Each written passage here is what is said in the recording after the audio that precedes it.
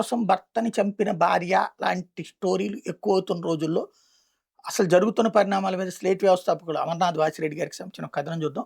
పైకి అమెరికన్, లోన ఇండియన్. ఈ పోస్ట్ కేవలం మానసిక పరిణతి కలిగిన వారికి, సున్నిత మనస్కులు చదవద్దని చెప్తున్నారు.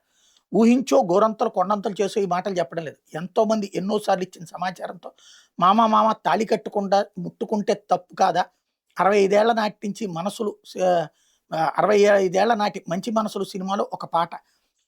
పెళ్లి అటువైపు ప్రేమ, అటుపై లైంగిక జీవనం. ఇది 100 ఏళ్ల నాటి భారతం. లక్షకు మినహాయింపు ఉంటాయి. మనం జనరల్ ట్రెండ్ గురించి మాట్లాడుకుంటాం. అటుపై నెమ్మదిగా ప్రేమ, పెళ్లి, లైంగిక జీవనం ఇలా వరుస మారింది. కానీ ప్రేమ పెళ్లిళ్ళు 100లో 1-2.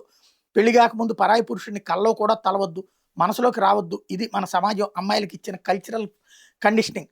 అది పురుషాధిక్య సమాజం, పురుషులకు మినహాయింపు ఇచ్చింది. మగమహారాజు మగాడికి ఎన్నైనా చేస్తాడంటూ చెప్పేవాళ్ళు. మగాళ్ళ కోసం వాడలు మేళాలు మాటల్ని సెన్సార్ చేశానంటే అక్కడ భోగం వాడలు అంటుంటారు కదా, అట్లాంటిది ఆ పదాలు వాడకూడదని ఆపారనమాట. అలాగే మెల్లమెల్లగా సమాజం మారుతూ వచ్చింది.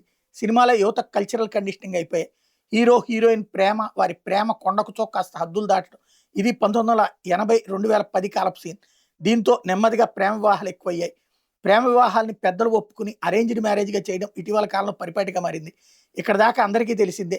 చాలా మందికి, ముఖ్యంగా పెద్దవాళ్ళకి తెలియని విషయాలు ఇవిగో. 10 ఏళ్ల క్రితం స్మార్ట్ ఫోన్ వచ్చింది. కరోనా కాలంలో ఓటీటీలు, కొరియన్ షోస్ బాగా పాపులర్ అయ్యాయి. నెట్పై దొరికే అలాంటి సినిమాలు, షోస్ 2 రకాలు. పెద్దగా స్టోరీ లేకుండా మోడల్స్తో అట్లాంటి సీన్స్ ఉన్నవి. ఇవి పురుషుల కోసం. నవతరం మహిళల కోసం కొత్త రకం షోస్ వస్తున్నాయి. ఇదే చాలా మందికి తెలియదు. ఇందులో మహిళల్ని ఆకట్టుకునే కథ, పవర్ఫుల్ డైలాగ్, సన్నివేశాలు ఉంటాయి. YOLO, you only live once. బతికేది ఒక్కసారి, లైఫ్ని ఎంజాయ్ చేయాలి. సంప్రదాయం అంటే పురుషుడికి బానిస కావడం, అసలు బెడ్రూమ్ సంసారం అంటే అదేదో కేవలం పురుషుడికి మాత్రమే ఉన్న అవసరం తీర్చడం అన్నట్టు ఎన్నాళ్ళు ఉంది. మహిళ అవసరాన్ని సమాజం గుర్తించిందా? సగటు పురుషుడికి ఉద్రేకం వేగంగా దిగిపోవడం. కానీ మహిళ అలా కాదు, నెమ్మదిగా టెస్ట్ మ్యాచ్లా సాగాలి. ఇలా చేయగలిగిన వాళ్ళు ఎంతమంది? నిన్ను అర్థం చేసుకుని, నీ అవసరాన్ని అర్థం చేసుకున్న వాడితో సాగు.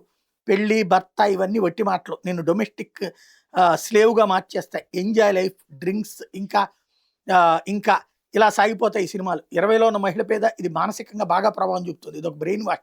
ఈ కొత్త ఫిలాసఫీని వేలాది మంది యువ మహిళలు వంట పట్టించుకుంటున్నారు. అందుకే భర్తను లేపేయడాలు బాగా ఎక్కువగా జరుగుతుంది. మరోపక్క కొంతమంది యువ మహిళలు తాను షార్ట్ లిస్ట్ చేసుకుని యువకుడితో నేరుగా చెప్పేస్తున్నారు, ముందుగా కలుసుకుందాం, అది అయ్యాకే నా అభిప్రాయం చెప్తాను. అంటే టెస్టింగ్. డ్రెస్ కొని నచ్చకపోతే వారం రోజులు తిరిగి ఇచ్చేయచ్చు. ఇది కూడా అట్లాగేనమాట. వారమో 10 రోజులు కలిశాక ఆ పురుషుడి పనితీరు, మనస్తత్వం అన్ని నచ్చితేనే ప్రేమకు ఓకే చెప్తున్నారు. కొండొకచో ప్రేమ పడగది వ్యవహారం నడుస్తున్న మెరుగైన అవకాశం వస్తే కూల్గా జంప్ అయ్యి అవకాశవాదం అంటే ఒప్పుకోరు. ప్రాక్టికల్ అప్రోచ్ అంటారు. ఒక జాబ్, అంతకంటే మెరుగైన జాబ్ వస్తే చేరమా? ఇది అంతే. No sentiments, you only live once, enjoy. దాంతో పురుషుడు ఇగో హర్ట్. ఇక్కడ దాకా చదివికిన మీకు అమ్మాయిలే ఇలా చేస్తున్నారంటూ నేను చెప్తున్నట్టు అనిపించచ్చు. ఇది కొత్త ట్రెండ్ కాబట్టి వివరంగా చెప్పాను.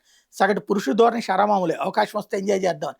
ఒక్క మొక్కలో చెప్పాలంటే డిజిటల్ యుగ యూత్ ఫోన్ మోర్ షాట్స్ లాంటి ఓటీటీ సినిమాలను, కొరియన్ షోస్ని అనుకరిస్తున్నారు. లోన ఇండియన్స్ పెళ్లికి ముందే నిన్ను టెస్ట్ చేశాడు. అలాగే ఇంకా ట్రయల్స్. దాన్ని ఒప్పుకునే ధోరణి ఉండదు.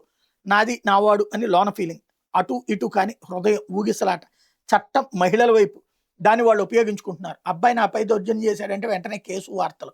అమ్మాయి నన్ను నమ్మించి ముంచింది అని మగాడు చెప్తే నువ్వెక్కడ మగాడురా అని సమాజం వాడినే గెలిచేస్తుంది. పురుషాధిక్య సమాజం ఒకప్పుడు మహిళలకు శాపం, ఇప్పుడు అదే పురుషులకు కొత్త ఇబ్బందులు తెచ్చిపెడుతుంది. పరిష్కారం ఎమోషనల్ ఇంటెలిజెన్స్, క్రిటికల్ థింకింగ్. పురుషాధిక్యత చెల్లదు, పురుషుడు మారాలి. ఓటీటీ బ్రెయిన్ వాష్, విషం, అనైతిక ప్రవర్తనకు, దురలవాట్లకు, నేరపూర్తి చర్యలకు మహిళల్ని పురిగొల్పడం. మహిళా ఉద్ధరణ కాదు, అది మహిళా వ్యతిరేకం. ఒక వయసు నుంచే పిల్లల్లో ప్రేమ, పెళ్లి లాంటి విషయాలపై అవగాహన పెంచాలి. పాఠశాలలో, కళాశాలలో చదువులు చట్టుబండ్లు అయితే స్మార్ట్ ఫోన్ షోస్ యువ మస్తిష్కాలను విషమయం చేస్తాయి. అప్పుడు ఇక రోజుకో క్రైమ్ వార్తలే. నేడు జరుగుతోంది ఇదే.